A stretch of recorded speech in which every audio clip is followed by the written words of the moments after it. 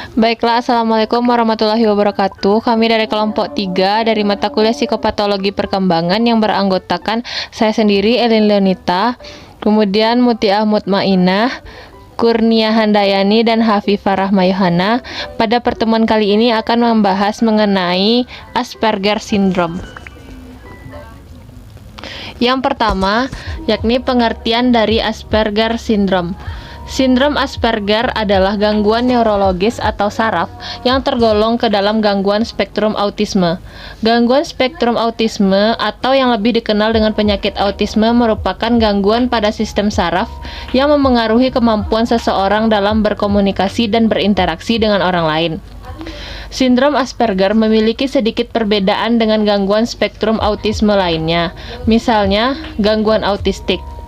Pada penderita gangguan autistik terjadi kemunduran kecerdasan atau kognitif dan penguasaan bahasa. Sedangkan pada penderita sindrom Asperger, mereka cerdas dan mahir dalam bahasa namun tampak canggung saat berkomunikasi atau berinteraksi dengan orang-orang di sekitarnya.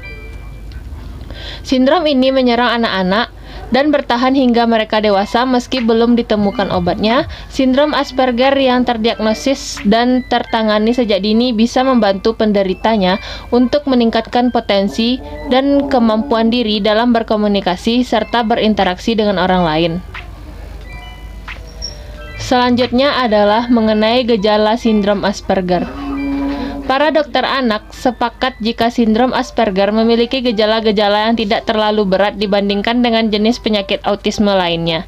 Di balik kecerdasan yang dimiliki penderita sindrom ini, ada beberapa tanda atau gejala yang khas, yaitu yang pertama, sulitnya penderita untuk berinteraksi. Penderita sindrom Asperger mengalami kecanggungan dalam melakukan interaksi sosial, baik dengan keluarga maupun orang lain. Jangankan untuk berkomunikasi, bahkan untuk melakukan kontak mata saja agak sulit. Kemudian, penderita sindrom Asperger cenderung tidak ekspresif.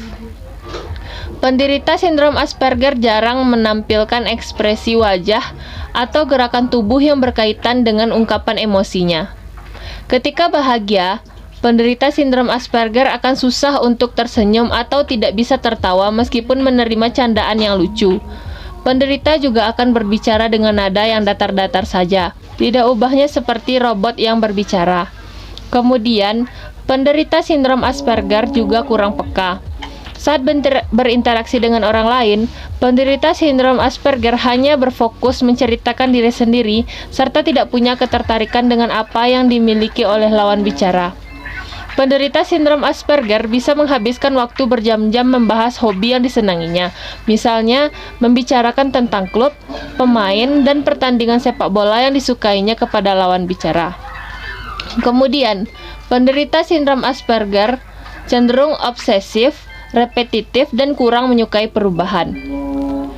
Rutin melakukan hal yang sama secara berulang-ulang dan tidak menerima perubahan pada sekitarnya ialah ciri khas penderita sindrom Asperger. Salah satu tanda yang paling terlihat ialah suka mengonsumsi jenis makanan yang sama selama beberapa waktu atau lebih suka berdiam diri di dalam kelas ketika jam istirahat. Kemudian adanya gangguan motorik. Anak yang menderita sindrom Asperger mengalami keterlambatan dalam perkembangan motoriknya jika dibandingkan dengan anak seusianya, dan oleh karena itu mereka sering tampak kesulitan saat melakukan kegiatan-kegiatan biasa seperti menangkap bola, mengendarai sepeda, atau memanjat pohon. Kemudian, penderita sindrom Asperger mengalami gangguan fisik atau koordinasi. Kondisi fisik penderita sindrom Asperger tergolong lemah. Salah satu tandanya adalah gaya berjalan penderita cenderung kaku dan mudah goyah. Kemudian, penyebab dan diagnosis sindrom Asperger. Penyebab dari sindrom Asperger disejajarkan dengan penyebab gangguan spektrum autisme.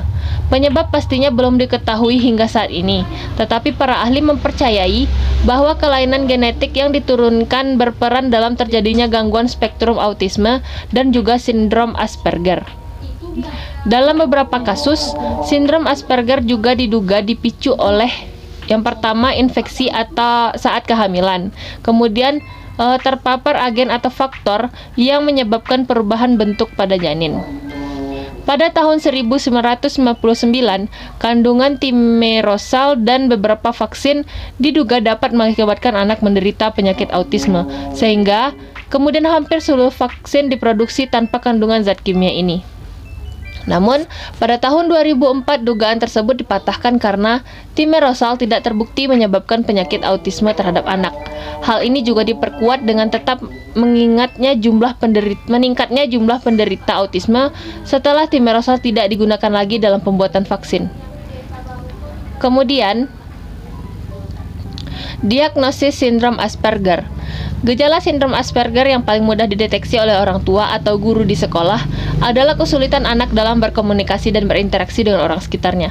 Penderita sindrom Asperger seringkali mengalami diagnosis yang keliru dengan dianggap menderita Attention Deficit Hyperactivity Disorder atau ADHD, yaitu gangguan jangka panjang yang menyebabkan anak sulit berkonsentrasi dan terlalu aktif atau biasa disebut dengan hyperaktif.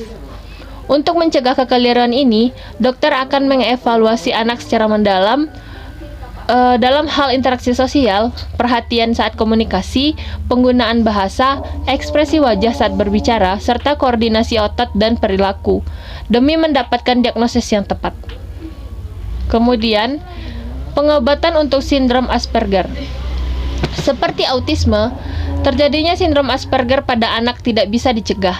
Akan tetapi, beberapa usaha masih bisa dilakukan untuk meningkatkan kompetensi dan kemampuan penderita. Penanganan sindrom Asperger akan difokuskan untuk menangani 3 gejala utama, yakni minimnya kemampuan komunikasi, kebiasaan obsesif repetitif, hingga lemahnya kondisi fisik.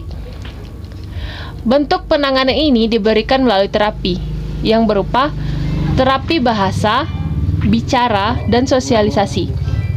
Penderita sindrom Asperger sebenarnya pandai dalam menguasai bahasa dan berbicara. Hanya saja, kemampuan ini tidak mampu dilakukan kepada orang lain. Terapi ini mencoba untuk membiasakan penderita berbicara kepada orang lain, melakukan kontak mata ketika berinteraksi, serta membahas topik yang juga diinginkan oleh lawan bicara. Kemudian bisa menggunakan terapi fisik. Terapi fisik atau fisioterapi bertujuan melatih kekuatan anggota tubuh. Sejumlah latihan rutin yang bisa diterapkan ialah lari, melompat, naik turun tangga, atau bersepeda.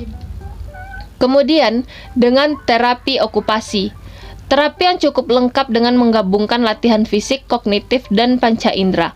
Tetapi, ini bertujuan untuk memperbaiki sekaligus meningkatkan kemampuan kognitif, fisik, sensorik, motorik, serta memperkuat kesadaran dan penghargaan kepada diri. Terapi perilaku kognitif. Terapi perilaku kognitif memberikan pengajaran kepada anak mengenai cara-cara untuk mengungkapkan perasaannya dan bergaul dengan teman sebaya atau orang-orang di sekitarnya. Penderita akan dilatih untuk mengendalikan rangsangan yang diterima indera-indera tubuh, rasa takut, cemas, keinginan, penolakan, dan ledakan emosi. Demikian materi yang dapat saya sampaikan, kemudian akan dilanjutkan oleh rekan saya. Kriteria diagnostik Asperger Syndrome. Untuk kriterianya, disebutkan bahwa individu harus memiliki kerusakan parah dan berkelanjutan dalam interaksi sosial, dan keterbatasan pengembangan terbatas. Perilaku dengan pola berulang, minat, dan kegiatan yang menyebabkan gangguan klinis yang signifikan di bidang sosial, pekerjaan, atau bidang-bidang penting lainnya. Baiklah, materi selanjutnya yaitu komorbiditas dari Asperger Syndrome. Yang pertama yaitu depresi. Depresi adalah terganggunya fungsi manusia yang berkaitan dengan perasaan sedih dan gejala lainnya. Adanya gangguan pola tidur dan nafsu makan, gangguan konsentrasi, kelelahan, rasa putus asa, dan perasaan ingin bunuh diri. Depresi ditandai dengan adanya gangguan mood yang ditandai oleh hilangnya perasaan kendali dan pengalaman subjektif terhadap penderitaan berat. Yang kedua yaitu gangguan bipolar. Gangguan bipolar adalah salah satu bentuk gangguan yang terjadi pada kondisi suasana hati yang berubah-ubah secara ekstrim dan cenderung signifikan yang dialami oleh penderitanya. Yang ketiga yaitu adanya usaha untuk bunuh diri, halusinasi, dan adanya gangguan tidur. Selanjutnya yaitu adanya gangguan perkembangan lainnya, seperti adanya sindrom Tourette. Sindrom Tourette adalah suatu kondisi abnormal yang ditandai dengan adanya pergerakan anggota tubuh yang tidak dapat dikontrol. Menurut Brown dan Simmons, sindrom Tourette adalah gangguan saraf dan perilaku yang ditandai dengan adanya perilaku yang tidak disadari, di mana perilaku tersebut berlangsung secara cepat dan ditandai dengan adanya gangguan kejiwaan. Selanjutnya, yakni mengenai materi intervensi. Intervensi Asperger Syndrome. Intervensi terbagi dua, yakni intervensi pada perilaku dan juga intervensi menggunakan obat-obatan. Yang pertama yakni terapi bahasa, bicara, dan sosialisasi. Sebenarnya anak-anak yang mengalami Asperger Syndrome, mereka pandai dalam menguasai bahasa dan juga bisa berbicara. Namun, kemampuan ini tidak mampu mereka lakukan kepada orang lain. Sehingga, dalam terapi ini mencoba untuk membiasakan anak berbicara kepada orang lain melalui kontak mata ketika mereka berinteraksi, serta membahas topik yang mereka inginkan oleh lawan bicaranya. Kemudian, yang kedua yaitu terapi fisik. Terapi fisik yakni fisioterapi, mampu melatih kekuatan anggota-anggota tubuh anak yang mengalami Asperger Syndrome. Dari fisioterapi ini yaitu sejumlah latihan rutin yang bisa diterapkan. Latihan rutin itu yakni yang biasa dilakukan pada umumnya, seperti lari, melompat, naik turun tangga, ataupun bersepeda. Kemudian intervensi selanjutnya yaitu terapi okupasi, yaitu menggabungkan latihan fisik, kognitif, dan juga panca indera. Terapi ini bertujuan untuk memperbaiki sekaligus meningkatkan kemampuan kognitif, fisik, sensorik, motorik, serta memperkuat kesadaran dan penghargaan kepada diri. Selanjutnya, terapi perilaku kognitif. Terapi ini bertujuan untuk mengajarkan kepada anak mengenai cara mengungkapkan perasaannya dan bagaimana caranya bergaul dengan teman sebaya atau orang-orang di lingkungan sekitarnya, di mana ia juga akan dilatih untuk mengendalikan rangsangan yang diterima dari indera tubuhnya, seperti rasa takut, cemas, keinginan, rasa penolakan, dan juga ledakan emosi. Sementara itu, terdapat pula intervensi yang menggunakan obat. Obat-obat ini yang diberikan diantaranya aripiprazol, yaitu untuk meredakan keinginan untuk marah. Yang kedua, olazapin, yang berfungsi untuk menekankan sifat terlalu aktif. Yang ketiga, risperidon, yakni untuk mengurangi perasaan gelisah dan juga sulit tidur. Dan yang terakhir ada antidepresan golongan selektif serotonin reuptake inhibitor atau yang disingkat dengan SSRI, yakni untuk mengurangi keinginan untuk melakukan kegiatan yang berulang-ulang. Kemudian, dari dua intervensi tadi juga didapati beberapa intervensi lainnya secara umum, yakni menemukan bakat, hobi, minat, dan kemampuan atau keterampilan yang terpendam dalam diri anak. Kemudian, memberikan anak guru atau pembimbing terbaik untuknya.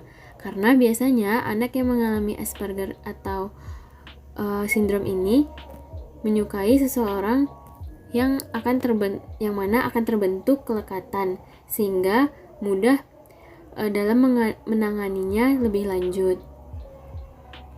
Kemudian, bagi orang tua, sebaiknya meluangkan waktu untuk berinteraksi bersama anaknya setiap hari, sehingga anak dapat berinteraksi dengan orang tua dan melatih berbicara dan bahasanya. Kemudian, Orang-orang sekitarnya sebaiknya memberikan apresiasi dan juga dukungan yang tulus serta penuh terhadap setiap perilaku baik yang dilakukan oleh anak Asperger atau anak autis. Dan tidak dibenarkan untuk melukai hati anak itu dengan mengejek hasil karya atau kemampuan anak, karena dapat menstimulasi pembentukan konsep diri yang buruk pada anak tersebut. Sekian presentasi pada kami hari ini. Lebih dan kurang kami mohon maaf. Wassalamualaikum warahmatullahi wabarakatuh.